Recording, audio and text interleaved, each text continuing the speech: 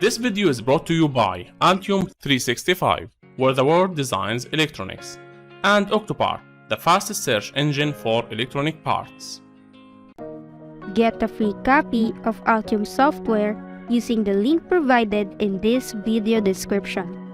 Plus, when you sign up for an Altium Designer free trial, you will get Altium 365 and 25% off discount. Hi, and welcome again to another video. Today, we're gonna learn how to design a simple rain alarm using Altium Designer. So this circuit is used in homes to guard their wash clothes and other things that are vulnerable to rain when they stay in the home. So this is a simple rain alarm circuit that can be used whenever the rainwaters come in contact with the probe in the above circuit. Then the current flows through the circuit is enable the Q1 transistor, and also the Q1 transistor makes the Q2 transistor to become active. Now, let's go in designing it in Altium Designer. First, you should have a PCB project file. In order to have a PCB project file, click on File, New, then Project.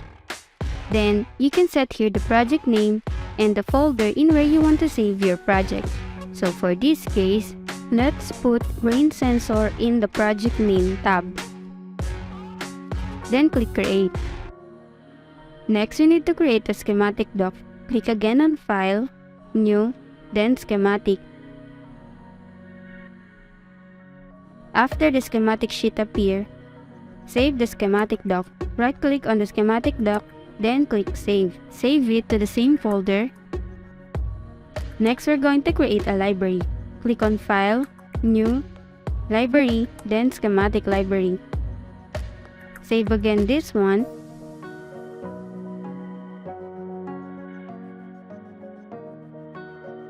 Next, PCB library. Click on File, New, then Library, then PCB library.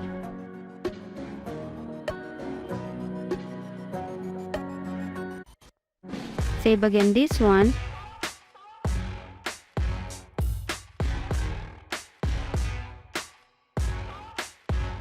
Now for this PCB, we will be using a library loader. So go back again to schematic doc, make sure that you're always in the schematic doc, and click on the library loader. So this is available on the internet, and we're just gonna copy the manufacturer part number of each component here in the search tab, and just click Add to Design, and it will automatically load in our schematic sheet. So this is the BOM list for this PCB, and these are the part numbers of each component, and we're just gonna copy each part number. Let's try this one, copy this one, then go back to schematic doc, open the library loader, and paste it in the search tab. Then click on Search, wait for it to load, then click on the result and click Add to Design.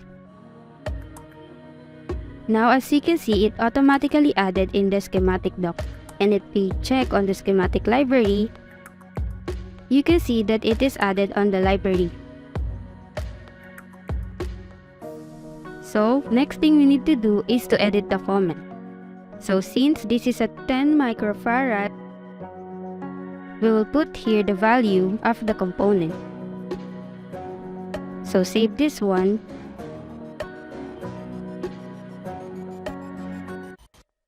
So it is much better to edit the comment because as you can see, it is much more readable if we place it in the schematic doc. This is the original one and this is the edited one. So repeat the same process in all the components in the BOM list until you complete all the library.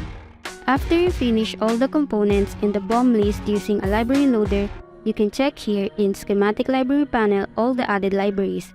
So these are the added libraries for this PCB.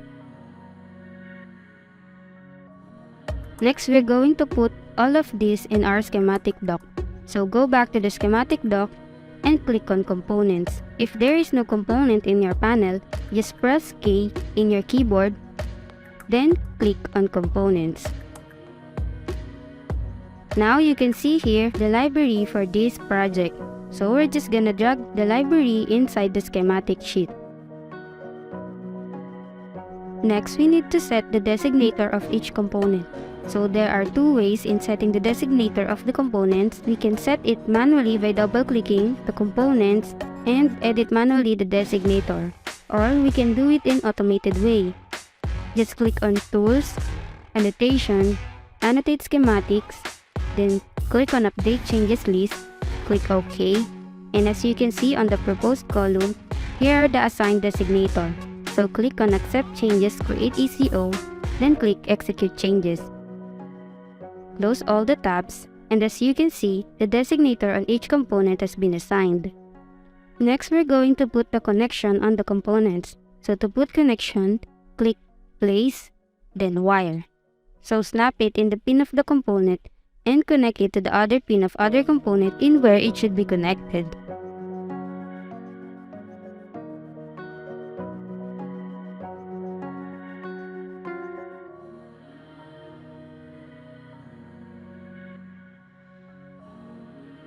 Now as you can see, we have a small circuit and a huge schematic sheet. Now we're going to edit the size of our schematic sheet.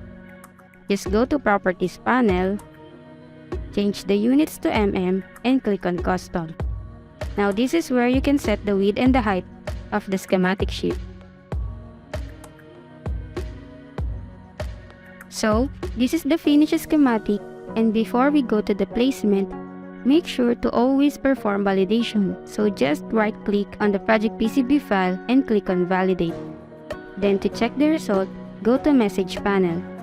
As you can see, no errors found. So now we can perform engineering change order. So before that, we need to create the PCB. Click on File, New, then PCB. Next, save this one.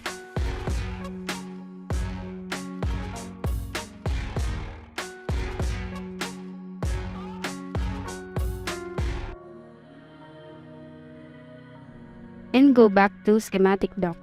Now we can perform engineering change order. Click on Design, then Update PCB document. Now the engineering change order dialog box will appear and it will show all the components, nets, and classes that will add on our PCB. Just click on Validate, then Execute. Now we can start with the placement. So these are the components and just drag it inside the PCB.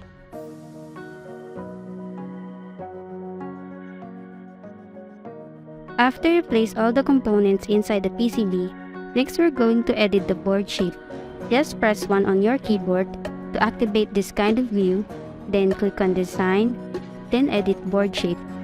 Now, the snap points will appear, so we're going to drag it manually in accordance to your board shape. Now press number 2 on your keyboard to back in 2D view. Now as you can see, the board shape has been set. And now we can start with the layout. To add connection, just click on Route, then Interactive Routing. Click it to the pad of the component and snap it to the other end of other component in where it should be connected.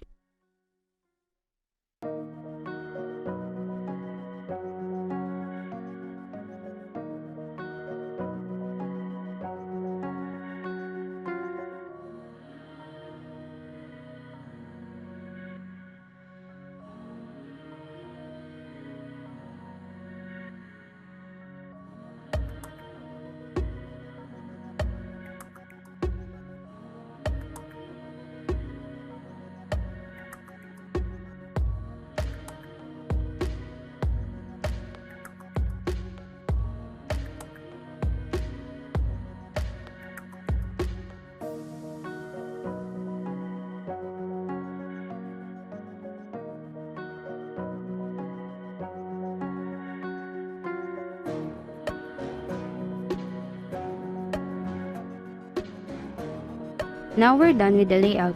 To view it in 3D view, just press 3 on your keyboard. Now we're done designing a simple circuit for rain alarm using Altium Designer. So if you want to build this board, it will work when the probe is in touch with the water, then the speaker generates buzzer sound. I hope you learned something from this video. Thank you for watching.